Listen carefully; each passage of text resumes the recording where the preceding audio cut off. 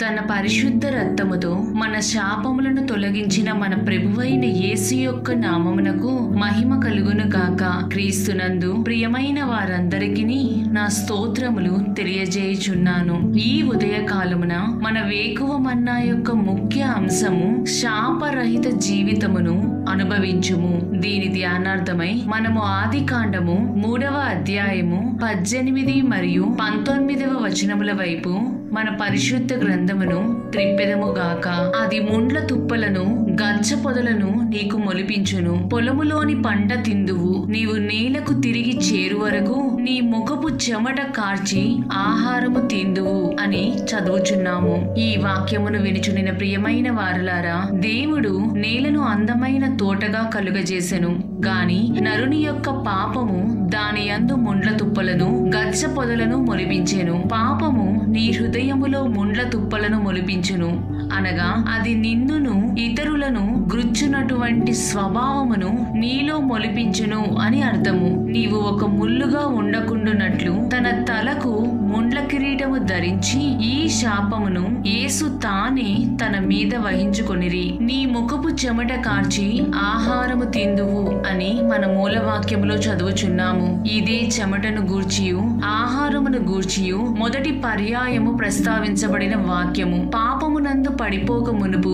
నరుడు తన ఆహారము నిమిత్తము ప్రయాసపడనవసరము లేకుండెను. అతడు ఫలములను తిని సంతోషించుచుండెను. ఎందుకనగా దేవుడు నరుని సృజించినప్పుడే భూమి మీదనున్న విత్తనములిచ్చు ప్రతి చెట్టును విత్తనములిచ్చు వృక్ష ఫలములు గల ప్రతి వృక్షమును మీకిచ్చి ఉన్నాను, అవి మీకు ఆహారమగును అని దేవుడు చెప్పినని మనము ఆదికాండము 1వ అధ్యాయము 29వ వచనములో చదువుచున్నాము. అంత మాత్రమే కాక తాను నిర్మించిన నరుని కోసము తూర్పున ఏదెనులో ఒక తోట వేసి అందులో అతనిని ఉంచెను. తండ్రి నరుని ఎంతగా ప్రేమించినంటే ఆ తోటను సేద్యపరచుటకు కాని తడుపుటకు కాని అతనికి పని లేదు. ఆ తోటను తడుపుటకు ఏదెనులో నుండి ఒక నది బయలుదేరి అక్కడ నుండి చీలిపోయి 4 శాఖలాయెను. అంత సౌకర్యవంతమైన జీవితమును దేవుడు మొదటి నరుడైన ఆదామునకు సమకూర్చెను. ప్రియమైన వారలారా, కాని ఎప్పుడైతే ఆదాము దేవుని మాటకు లోబడగా అవిధేయత చూపి హవ్వ మాట విని తినవద్దనిన పండు తినెను, వారి పాపపు కన్నులు తెరవబడినందున దేవునిచే శపించబడి ఆ సౌకర్యవంతమైన ఏదెను తోట నుండి త్రోలివేయబడిరి. అయితే అతడు ఇప్పుడు కృషి చేయవలసి వచ్చెను. పాపము చేసిన తరువాత అతని హృదయము కఠినమైన రీతిగానే నేల కూడా కఠినమగుట వలన ప్రయాసముతో దానిని దున్నవలసి వచ్చెను. ప్రియమైన దేవుని జనమా, ఇహలోక సంబంధమైన కార్యములను గూర్చిన చింతల నుండి విడుదల పొంది మనము స్వతంత్రముగా ఉండవలెనని ప్రభువు కోరుచున్నారు. మన చింత యావత్తు ఆయన మీద వేయవలెనని ఆయన వాంఛించుచున్నారు. ఆయన మిమ్మును గూర్చి చింతించుచున్నాడు గనుక మీ చింత యావత్తు ఆయన మీద వేయుడి అని మనము పేతురు రాసిన మొదటి పత్రిక 5వ అధ్యాయము 7వ వచనములో చదవగలము. మన నిమిత్తమై ప్రభువు చింతించుచున్నారని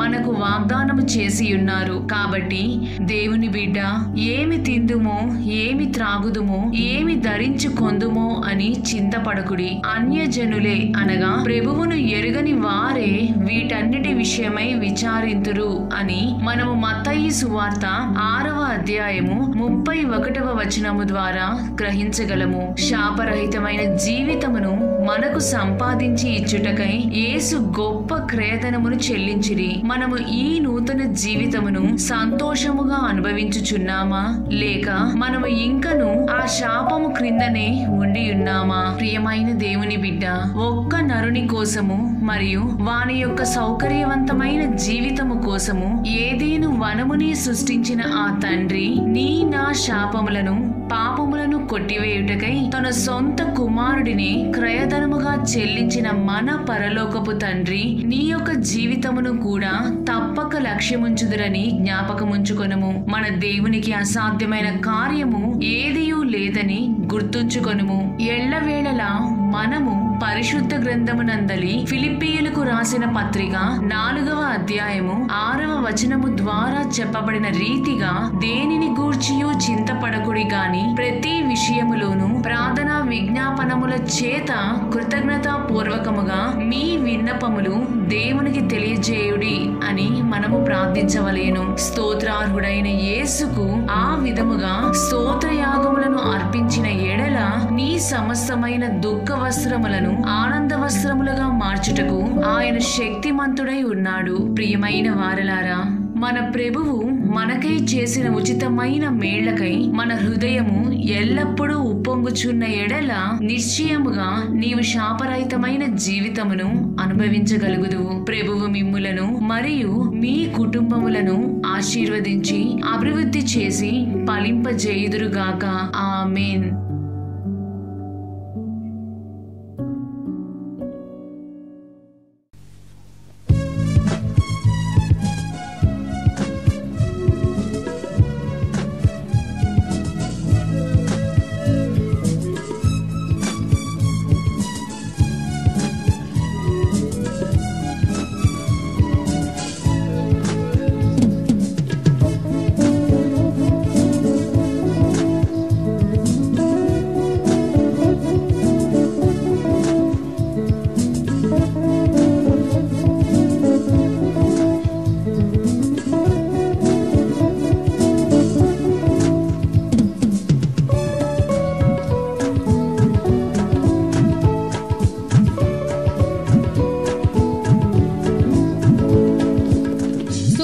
స్తోత్రయాగములను అర్పింతును సదా, స్తోత్రగుడవు నీవేగా. స్తోత్రయాగములను అర్పింతును సదా, స్తోత్రగుడవు నీవేగా. ఉప్పొంగుచున్నది నాదు హృదయము ఉచితమైన మేలకై. ఉప్పొంగుచున్నది నాదు హృదయము ఉచితమైన మేలకై. యెహోవాయే నాకు మంచి కాపరి, ఏమి కలుగదెన్నడు. యెహోవాయే నాకు మంచి కాపరి, ఏమి కలుగదెన్నడు. సురక్షితముగా నడుపును నన్ను, చేర్చును నిత్య గృహము. సురక్షితముగా నడుపును నన్ను, చేర్చును నిత్య గృహము. దీన దశలో నన్ను తలంచితివిగా, దీవించినది నీవేగా. దీన దశలో నన్ను తలంచితివిగా, దీవించినది నీవేగా. నిరీక్షణాస్పదము నీవే ఇలలో, నిరాశ్రయుడైన నాకు. నిరీక్షణాస్పదము నీవే ఇలలో, నిరాశ్రయుడైన నాకు. యెహోవాయే నాకు మంచి కాపరి, ఏమి కలుగదెన్నడు. యెహోవాయే నాకు మంచి కాపరి, ఏమి కలుగదెన్నడు. సురక్షితముగా నడుపును నన్ను, చేర్చును నిత్య గృహము. సురక్షితముగా నడుపును నన్ను, చేర్చును నిత్య గృహము. జీవపు ఊటకు నడిపించితివి, జీవాత్మను ఇచ్చితివి. జీవపు ఊటకు నడిపించితివి, జీవాత్మను ఇచ్చితివి. కృపాక్షేమములతో నేను వసించెదను యెహోవా మందిరములో. కృపాక్షేమములతో నేను వసించెదను యెహోవా మందిరములో. మంచి కాపరి ఏమి కలుగదెన్నడు యెహోవాయే నాకు మంచి కాపరి ఏమి కలుగదెన్నడు సురక్షితముగా నడుపును నన్ను చేర్చును నిత్య గృహము సురక్షితముగా నడుపును నన్ను చేర్చును నిత్య గృహము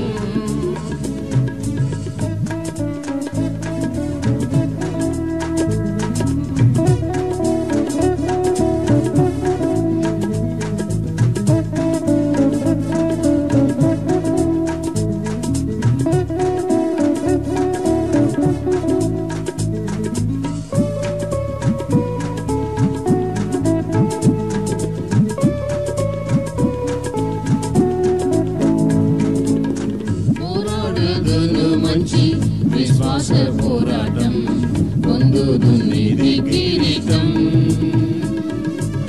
పోరాడుదును మంచి విశ్వాస పోరాటం పొందుదునిది కిరీటం ద్వేషించేదెను నాది ఫలిదినంతయును ధరించును క్రీస్తు నీతిని ద్వేషించేదెను నాది ఫలిదినంతయును ధరించును క్రీస్తు నీతిని యెహోవాయే నాకు మంచి కాపరి ఏమి కలుగదెన్నడు యెహోవాయే నాకు మంచి కాపరి ఏమి కలుగదెన్నడు సురక్షితముగా నడుపును నన్ను చేర్చును నిత్య గృహము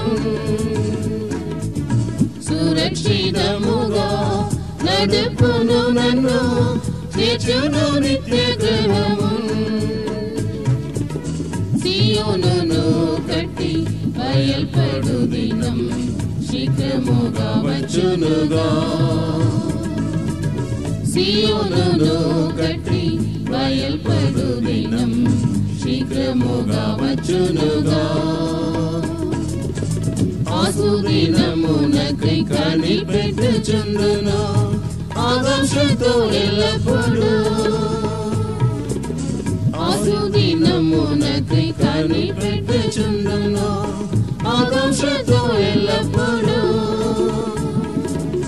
యెహోవాయే నాకు మంచి కాపరి ఏమి కలుగదెన్నడు